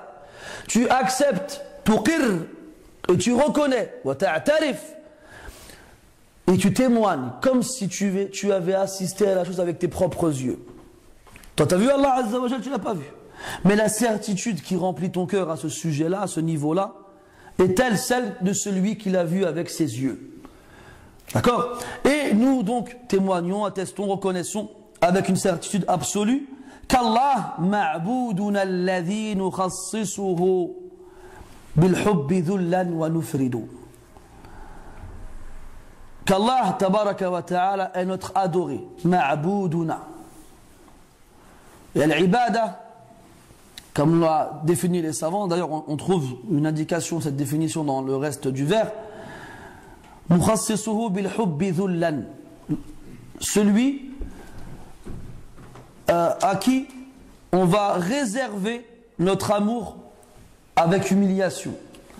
Donc, al-ibada luratan, c'est ce qui est humilié. Et quand on dit humilié, il ne faut pas comprendre dans le sens qu'on comprendrait en français, quelqu'un qui est humilié. Non, humilié dans le sens quelque chose qui est rabaissé. Yuqal tariqun mu'abbad. Tariqun mu'abbad, c'est un chemin qui est affaissé. Un chemin qui est affaissé. Tariqun mu'abbad. Marartu bi tariqin mu'abbadin. Yani un chemin affaissé. J'ai pris un chemin affaissé. Et donc le sens de ibada, c'est at-tadhallulu lillahi mahabbatan wa ta'zima. Ça c'est la définition générale. C'est le fait de s'humilier envers Allah avec amour et glorification. Le fait de s'humilier envers Allah avec amour et glorification. Il a dit subhanahu, il a dit rahimahullah, wa nashhadu anna Allah ma'buduna alladhi nukhassisuhu bil hubbi dhullan. Nous attestons, nous témoignons, nous reconnaissons avec une certitude qui est comme celle de celui qui l'a vu avec ses yeux, qu'Allah est celui qu'on adore. C'est-à-dire celui devant qui on s'humilie avec amour et glorification. Alladhi nukhassisuhu, celui à qui on va réserver exclusivement notre amour. Notre amour. Est-ce que ça veut dire qu'on n'a pas le droit d'aimer autre qu'Allah subhanahu wa ta'ala? Hada fihi tafsil. L'amour avec lequel je dois aimer Allah azza wa jal, cet amour-là, je ne peux pas aimer avec celui-ci autre qu'Allah azza wa jal. Quant à l'amour naturel sur lequel l'être humain il est instinctivement créé, celui qu'il a envers ses parents, envers son épouse, envers ses enfants, qui n'est pas le même amour qu'il a envers Allah Azza wa Jal, un amour qui te pousse à t'humilier devant lui, qui te pousse à obéir à ses ordres, qui te pousse à délaisser ses interdits. C'est un amour différent que tu as envers tes proches, ou bien les gens que tu aimes. Donc il faut faire la part des choses. L'amour que l'on doit avoir envers Allah subhanahu wa ta'ala, c'est un amour dans lequel on s'humilie complètement, corps et âme. Dans lequel on manifeste un amour et une glorification incomparables, qui nous pousse à exécuter les ordres qu'il nous donne et à délaisser ce qu'il nous interdit. Cet amour-là qui ne doit être réservé qu'à Allah subhanahu wa ta'ala. Allah dit dans le Coran, وَمِنَ النَّاسِ مَنْ يَتَّخِذُ مِنْ دُونِ اللَّهِ أَنْدَادًا يُحِبُّونَهُمْ كَحُبِّ اللَّهِ. Il y a parmi les gens certains qui prennent en dehors d'Allah des équivalents. Comment est-ce ils ont été considérés comme étant équivalents d'Allah? يُحِبُّونَهُمْ كَحُبِّ اللَّهِ. Car ils les aiment comme on aime Allah. Ou bien ils les aiment comme ils aiment Allah. Ils les ont mis au même niveau dans l'amour. Ce qu'on appelle ça shirku al-mahabba. Ils les aiment comme ils aiment Allah Ta'ala. C'est-à-dire qu'ils vont obéir à ces équivalents-là comme ils obéiraient à Allah Azza wa Jal. Et ils vont s'éloigner de leur désobéissance comme ils s'éloigneraient de la désobéissance d'Allah Azza wa Jal. Et ils vont s'humilier envers eux comme ils s'humilieraient envers Allah Azza wa Jal. Et ils vont faire preuve d'amour et de glorification envers eux, comme ils le feraient envers Allah Azza wa Jal. Et cela est de l'association, wal-iyadhu billah. Quant à l'amour naturel que tu éprouves envers ton épouse, envers ton frère, envers ton père, envers tes enfants, envers quelqu'un que tu aimes, bien entendu sans que ça ait les mêmes répercussions, c'est un amour différent qui n'est pas concerné par celui-ci. Donc nous khassisuhu bil hubbi dhullan.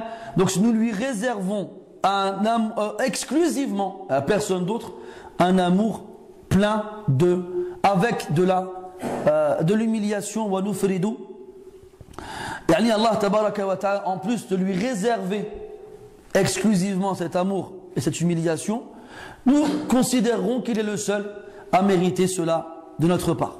Qu'il est le seul à mériter cela de notre part. Anna al-ifrad, c'est-à-dire le considérer comme étant le seul. ثم قال رحمه الله فلله كل الحمد والمجد والثناء فمن أجل ذا كل إلى الله يقصد فلله كل الحمد والمجد والثناء. Donc à Allah revient toutes les louanges et toutes les glorifications et un éloge, une éloge et toutes les éloges. C'est quoi la différence en français entre louange et éloge?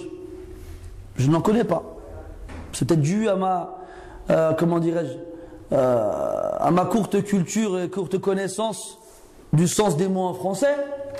Cependant, en arabe, alhamd consiste à complimenter et louer celui qu'on complimente et qu'on loue lorsqu'on éprouve pour lui de l'amour et de la glorification. Si je lui fais des compliments et des éloges sans l'aimer ni le glorifier, on n'appellera pas ça du hamd, mais du madh. Et Ibn al-Qayyim rahimahullah parle beaucoup d'Ibn al-Qayyim. Dans son livre Jala'ul Afham, il parle dans un long passage de la différence entre ces deux mots-là. Et tu remarques, sans aller loin, qu'ils sont composés des mêmes lettres. Hamd, ha, mim, dal. Madh, mim, dal, ha. Et il te ramène des exemples en arabe de mots qui sont composés de mêmes lettres, mais dans un ordre différent, qui ont un point commun et une différence. Un point commun dans le sens général et une différence dans la cause de celui-ci. Ala kulli hal, donc alhamd, c'est lié à l'amour et à la glorification. S'il n'y en a pas, ce sera du thana, c'est-à-dire des éloges. Est-ce que cette nuance existe en français? Je ne le pense pas. فَلِلَّهِ كُلُّ الْحَمْدِ وَالْمَجْدِ وَالثَّنَاءِ. Donc Allah subhanahu wa ta'ala possède les noms les plus parfaits, al-asma'ul husna, et détient les attributs les plus grandioses, as-sifat al-ula. Donc de par cela, il mérite toutes les louanges et toutes les glorifications et toutes les éloges. فَمِنْ أَجْلِ ذَلِكَ أو فَمِنْ أَجْلِ ذَا. Donc c'est par rapport à cela, كُلٌّ إِلَى اللَّهِ يَقْصِدُ.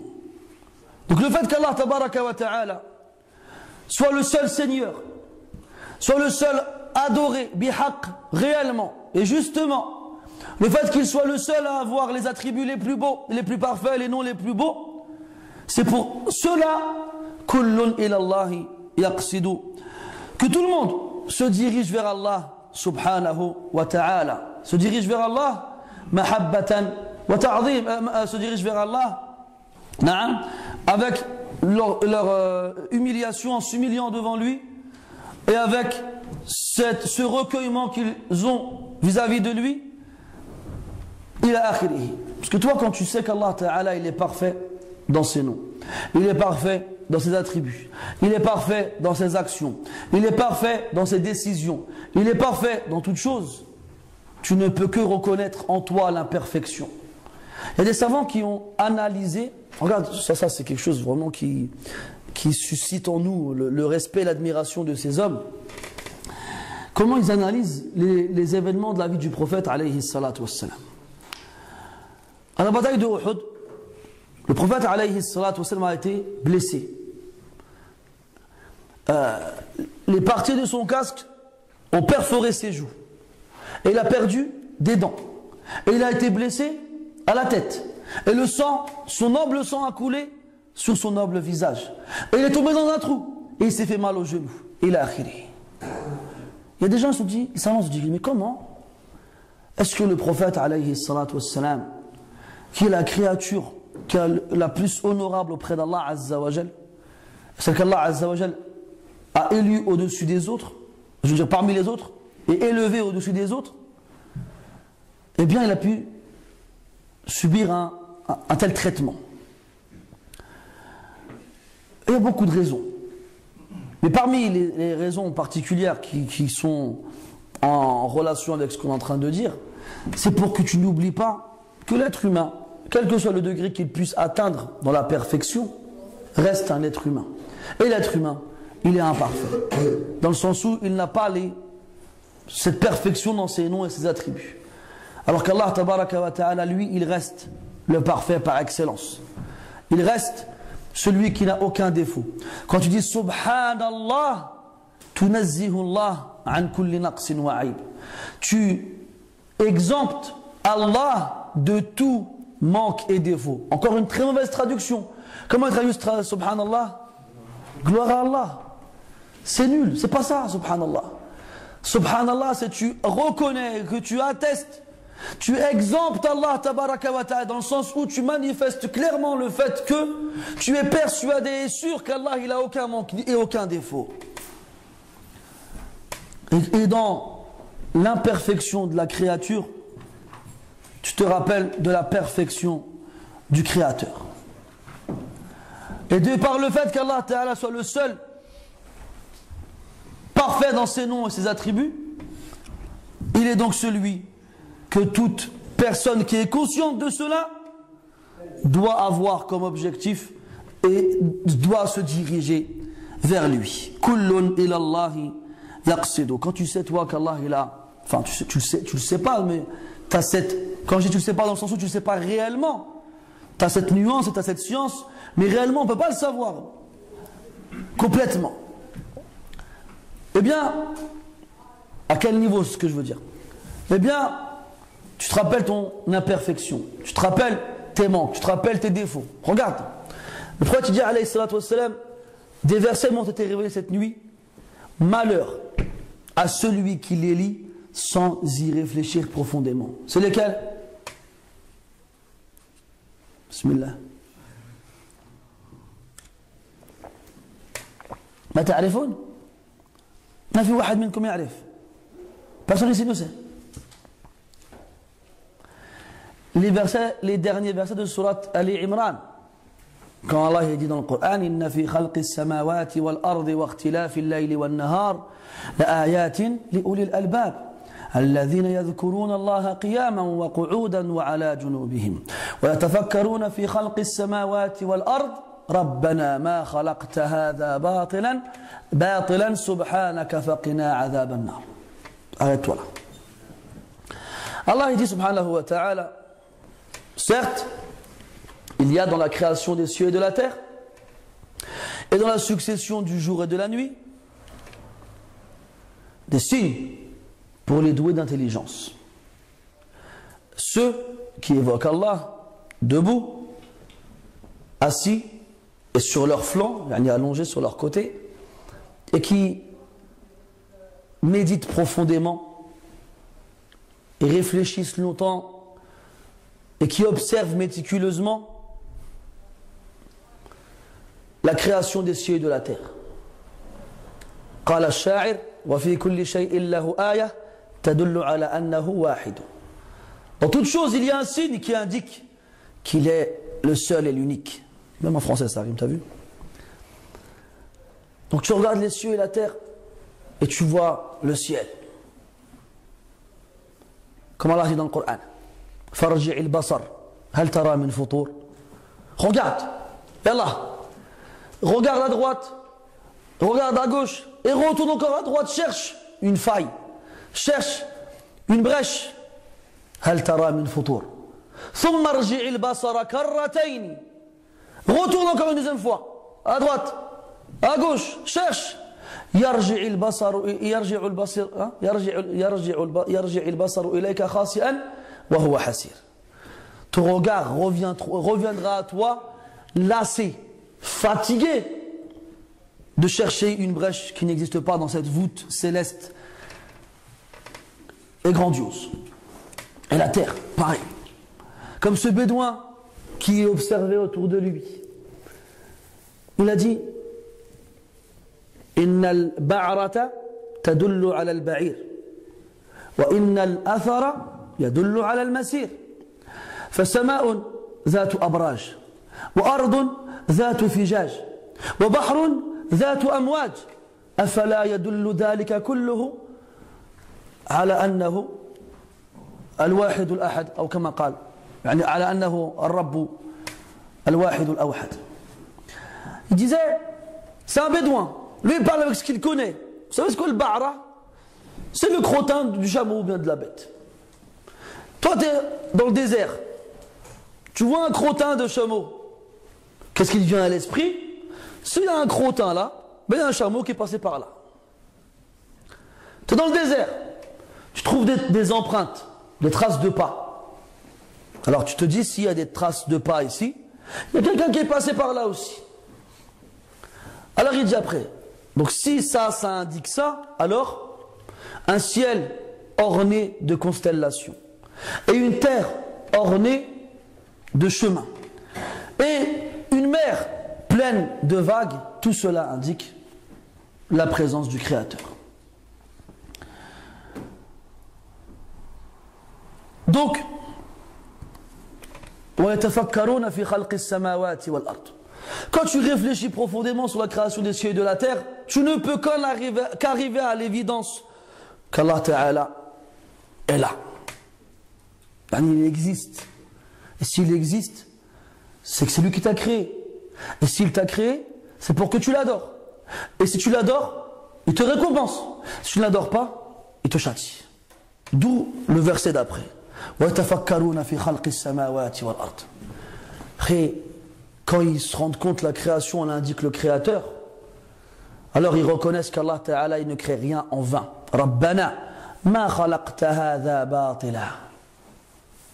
Ô notre Seigneur, tu n'as pas créé cela en vain. Une création aussi harmonieuse, aussi parfaite, pour qu'il n'y ait rien après, pour rien. Non, c'est pas possible. Quelqu'un d'aussi parfait, qui crée une création aussi parfaite, ne peut pas faire cela sans aucun but. Ce serait al-hamaqa chez un être humain. Imagine quelqu'un, il te ramène une machine grave complexe, avec un millier de composants, qui peut faire un millier de choses différentes. Non, avec un millier de composants. Il y a passé dessus des milliers de jours. Il te le pose devant. Tu es comme ça ébahi. Waouh, c'est une machine grave complexe. À quoi ça sert? Rien. T'as resté combien de temps là-dessus? Des milliers de jours. Mais t'es un hamar. Pourquoi t'as passé des milliers de jours à construire une machine qui sert à rien? Allez, va-t'en. C'est comme ça que n'importe quel être humain, il va lui parler. Donc comment est-ce qu'on pourrait croire qu'Allah subhanahu wa ta'ala, il crée cette création avec ses cieux, avec cette terre, ses arbres et ses montagnes, avec cette mer, avec ses gens, avec ses animaux, avec ses oiseaux, et tout ce qu'il contient, pour après dire tout ça pour rien? C'est pas possible. Celui qui croit ça, il a certes accusé Allah ta'ala de ce qu'il n'aimerait pas qu'on l'accuse lui-même. La sottise, la stupidité et l'imbécilité, wal-iyadu billah. وَيَتَفَكَّرُونَ فِي خَلْقِ السَّمَاوَاتِ وَالْأَرْضِ. Ils réfléchissent sur la création des cieux et de la terre. رَبَّنَا مَا خَلَقْتَ هَذَا بَاطِلًا. Donc si Allah n'a pas créé cela en vain, c'est que c'est pour un but. C'est quoi ce but-là? C'est pour que, comme Allah dit dans le Coran, ça aide l'être humain à accomplir sa mission ici-bas. هُوَ الَّذِي خَلَقَ لَكُم مَا فِي الْأَرْضِ جَمِيعًا. C'est lui qui a créé pour vous tout ce qu'il y a sur terre. Dans quel but? À ce que ça vous aide à adorer Allah Ta'ala. Pourquoi? Parce que vous avez été créé pour adorer Allah Subhanahu wa Ta'ala. وَمَا خَلَقْتُ الْجِنَّ وَالْإِنسَ إِلَّا لِيَعْبُدُونَ. Ce bas monde n'a pas été créé pour nous. C'est tout. Il a été créé pour nous aider à adorer Allah subhanahu wa ta'ala. Donc tu te rappelles, toi, si Allah n'a pas créé ce monde, cette création en vain, il ne t'a pas créé en vain. Pourquoi il t'a créé alors? Il t'a créé pour que tu l'adores. Et après, tu te rappelles, toi, après que tu aies eu conscience de la perfection d'Allah subhanahu wa ta'ala à travers la perfection de sa création, tu as alors conscience de ton imperfection à toi et du fait que tu ne t'acquittes pas comme il se le doit cette mission pour laquelle Allah t'a créé. Parce que chaque personne parmi nous qui a un minimum d'intelligence, quand il se regarde dans le miroir, eh ben, il voit quelqu'un qui est négligent vis-à-vis des devoirs qu'il a devant Allah subhanahu wa ta'ala. Il se rappelle des choses qu'il a faites et qu'il n'aurait pas dû faire. Et il se rappelle de choses qu'il n'a pas faites et qu'il aurait dû faire. Alors il se rappelle qu'il est imparfait. Alors il se rappelle, à travers cette négligence-là, la menace d'Allah Ta'ala qui pèse sur les gens négligents et insouciants. Alors il a peur. Et qu'est-ce qu'il dit? Subhanak. Yani que tu sois exempté de tout manque et défaut. Comment peut-on croire que toi, tu crées cela en vain? Comment? Que tu sois exempté de telles croyances, de telles pensées qui ne correspondent pas à ta grandeur. Après, faqina adhab an-nar. Préserve-nous du châtiment de l'enfer. Tu te rappelles de ton imperfection. Et l'imperfection, elle amène à la négligence. La négligence, si on ne se repent pas, elle amène au châtiment. Wal-iyadhu billah. Alors tu as peur qu'Allah te châtie, tu lui demandes qu'il te pardonne. Et tu lui demandes qu'il te préserve du châtiment de l'enfer. Rabbana ma khalaqta hada batilan subhanaka faqina adhab an-nar. Donc, quand tu es conscient de la perfection d'Allah Azza wa Jal, tu ne peux que venir, aller vers Allah subhanahu wa ta'ala. Tu ne peux que te rendre vers Allah subhanahu wa ta'ala, repentant et regrettant toute cette négligence que tu as faite jour après jour, toute cette insouciance qui remplit les instants de ta journée et même des fois de ta nuit, dans lesquels au lieu de te rapprocher d'Allah subhanahu wa ta'ala, tu ne fais que t'éloigner de lui. قال رحمه الله تسبحه الأملاك والأرض والسماء وكل جميع الخلق حقا وتحمد. Il dit رحمه الله, on a dit سبح يسبح, ça veut dire تنزيه الله عن النقص والعيب. C'est le fait d'exempter Allah subhanahu wa ta'ala de tout manque et de tout défaut. تسبحه الأملاك. Al-Amlak, c'est un des pluriels de Al-Malak, l'ange. Et le Malak, on traduit ça en français par l'ange. Ne vous inquiétez pas, ça va, c'est ça. Ils vont se dire, je vais changer toute la traduction lui. Et le mot Malak en arabe, il vient du mot Malak. Malak. Et le mot Malak, il vient du mot Ma'lak. Et le mot Ma'lak, il vient du mot Alouka. Et le mot Alouka signifie Ar-Risala. Donc si vous voulez, l'origine du mot Malak provient du mot le messager. Du moins le message si tu veux. C'est quoi le rapport? C'est qu'Allah Ta'ala il a fait des anges des messagers. Qala Ta'ala Alhamdulillahi fatir as-samawati wal ardi ja'il al-malaikati rusulan. La louange est à Allah, le créateur des cieux et de la terre, celui qui a fait des anges des messagers. Des messagers. وقال تعالى توفته رسلنا حتى إذا جاء أحدكم الموت توفته رسلنا وهم لا يفرطون. Jusqu'à ce que la mort atteigne l'un d'entre vous, nos envoyés, nos messagers le font mourir, les anges. وهم لا يفرطون, et ils ne sont pas négligents vis-à-vis de cette mission qu'on leur a confiée. Donc al-Malak يجمع على ملائكة وملائك وأملاك. Les anges exemptent Allah Ta'ala de tout manque et défaut. Qu'est-ce qu'ils ont dit les anges? lorsqu'Allah il les a informés qu'il allait créer et désigner sur terre un successeur. وَإِذْ قَالَ رَبُّكَ لِلْمَلَائِكَةِ إِنِّي جَاعِلٌ فِي الْأَرْضِ خَلِيفَةً. Après, il s'ensuit une succession de phrases. Et lorsque les anges, parce qu'Allah il demande aux anges de les informer au sujet des noms de ces créatures-là, قال أنبئوني بأسماء هؤلاء إن كنتم صادقين قالوا سبحانك لا علم لنا. Ils dirent que tu sois exempté de tout manque et défaut, nous n'avons de science que celle que tu nous as enseignée. وجاء في الأثر وإن كان في صحته مقال وكله القرطبي رحمه الله في التذكرة que lorsque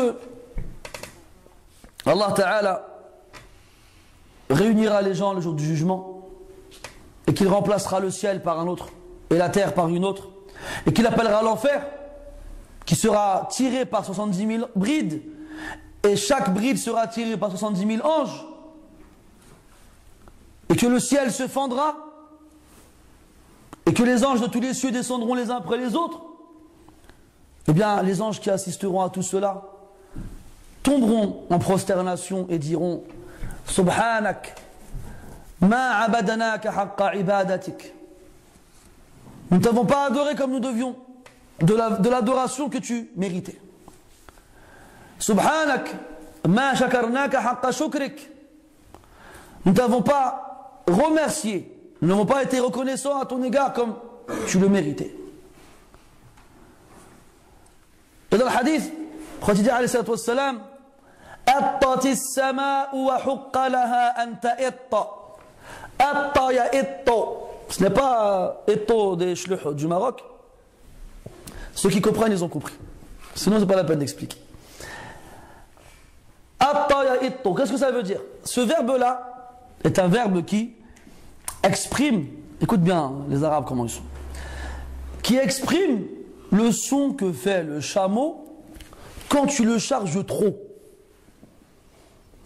Donc le chameau, c'est une bête particulière que les Arabes appelaient Safinatus Sahra, le vaisseau du désert, et il avait différentes caractéristiques qu'on ne trouve pas généralement chez les autres animaux. C'est pour ça qu'Allah il appelle les croyants à méditer sur la création du chameau. Afala yanzuruna ila al-ibili kayfa khuliqat. Et quand on regarde dans le Coran le nombre de versets qui font référence au chameau, ajib. Mais toi, comme tu n'es pas un arabe, même si tu es un arabe, tu t'appelles Mohamed ou Abdullah, tu es au Maroc ou en Algérie ou ailleurs, dans un pays arabe, tu n'es pas un arabe. Tu sais pourquoi? Parce que les arabes de l'époque du prophète, alayhi salatu wassalam, c'était toute une culture qui vivait dans le désert, qui connaissait les chameaux, qui connaissait toutes les choses qu'ils voyaient autour d'eux. Et c'est à ces arabes-là qu'Allah s'adressait dans le Coran. Donc si tu veux comprendre le Coran, il faut que tu comprennes l'arabe comme les arabes de l'époque. Et que tu sois imprégné de leur culture. Un exemple. Allah dit dans le Coran, dans Surat Al-Waqi'a, en parlant du châtiment des gens de l'enfer, il nous informe qu'ils vont manger de l'arbre de Zaqqum. Après, ils vont être abreuvés. Donc en parlant de Zaqqum, il dit فَمَالِئُونَ مِنْهَا الْبُطُونَ, ils rempliront leur ventre. فَشَارِبُونَ عَلَيْهِ مِنَ الْحَمِيمِ, ils en boiront après cela min al-hamim, soit c'est de l'eau bouillante, soit c'est du pu. فَشَارِبُونَ شُرْبَ الْهِيمِ. C'est quoi le him? Al-him, c'est un chameau. Donc vous savez que le chameau, vous savez en français des chameaux deux bosses, dromadaire une bosse, parce qu'en vrai chez les arabes il n'y a pas de chameau, il y a des dromadaires, une seule bosse. Chez les arabes il n'y a pas de chameau. Chameau c'est en Asie, je crois du côté en Asie. Mais chez les arabes c'était les dromadaires, ils n'avaient qu'une bosse. Et vous savez que les dromadaires, ils stockent de l'eau dans leur bosse, ce qui leur permet de traverser des longues distances pendant une longue période sans avoir besoin de boire de l'eau. Donc la particularité du chameau, du dromadaire, pardon, entre autres, c'est qu'il est capable de rester sans boire un certain temps. Et ce qui est étrange, c'est que parmi les maladies qui ne touchent que le chameau, c'est le him.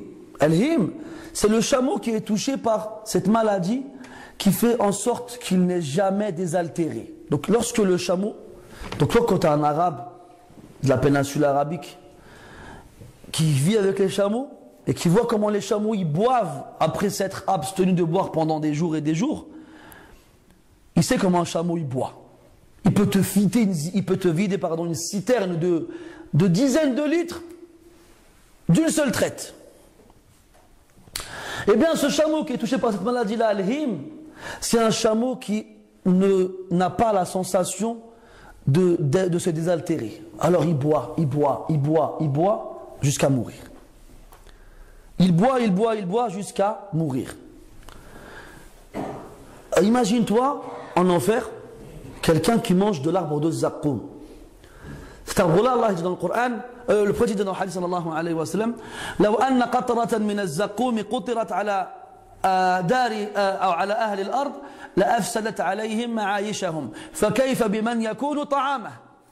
Si une goutte de Zaqqum, cet arbre qui pousse dans les origines, dans les racines de l'enfer, si une goutte de cet arbre-là tombait sur terre, elle aurait perverti à ses occupants leur vie ici-bas. Vous n'aurez pas pu vivre. Qu'est-ce qu'on doit dire alors de celui qui va en manger, qui l'aura comme nourriture? Il va manger de Zaqqum. Il va s'en remplir le ventre.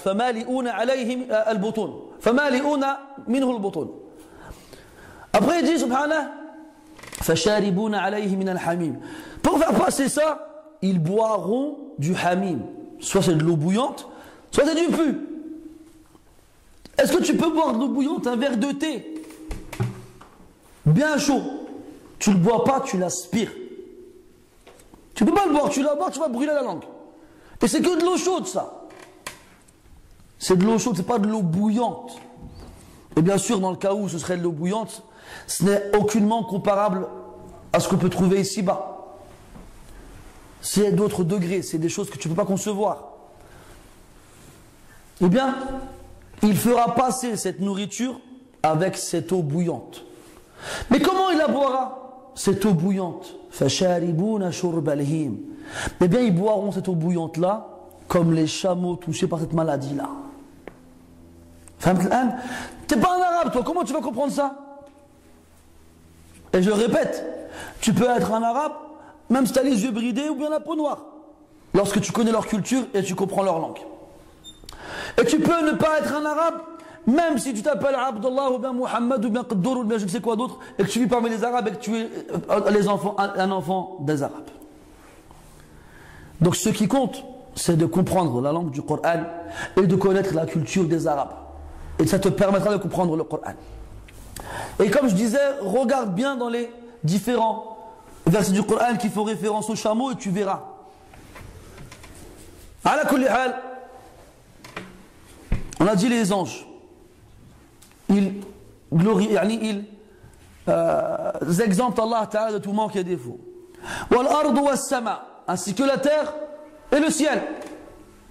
Ainsi que la terre et le ciel. Wa kullu jami'il khalqi haqqan wa tahmadu.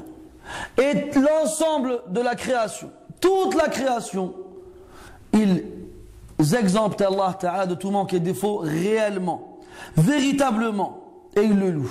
Qala Ta'ala, tusabbihu lahu as-samawati as-sab'u wal-ardu wa man fihin.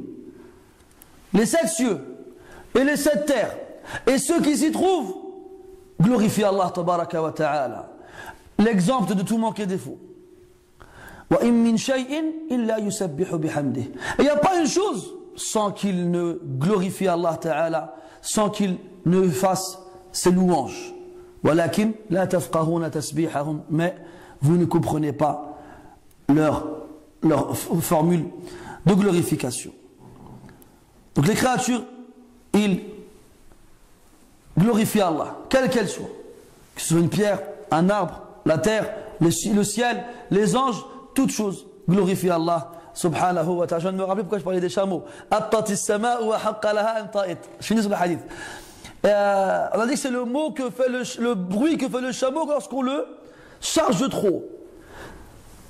Il a dit que le ciel, il fait ce bruit-là et il a raison de le faire. Comme s'il était surchargé. Surchargé de quoi? D'anges. Ma fiha mawdi'u shibrin. Il n'y a pas dans le ciel l'espace d'un empan entre l'auriculaire et le pouce. Illa wa fiha malakun raki'un aw sajidun. Sans qu'il n'y ait un ange incliné ou en prosternation. Sans qu'il n'y ait un ange incliné ou en prosternation. Qala ta'ala wa ma ya'lamu junuda rabbika illa hu. Donc toutes les créatures, elles adorent Allah subhanahu wa ta'ala et elles proclament ses louanges, le glorifient et l'exemptent de tout manque et de tout défaut. وَإِن مِّن شَيْءٍ إِلَّا يُسَبِّحُ بِحَمْدِهِ وَلَكِنْ لَا تَفْقَهُونَ تَسْبِيحَهُمْ حَانَ الْوَقْتِ. Le moment est venu de s'arrêter pour le moment. J'ai très souvent l'ambition de conclure des poèmes en quelques séances.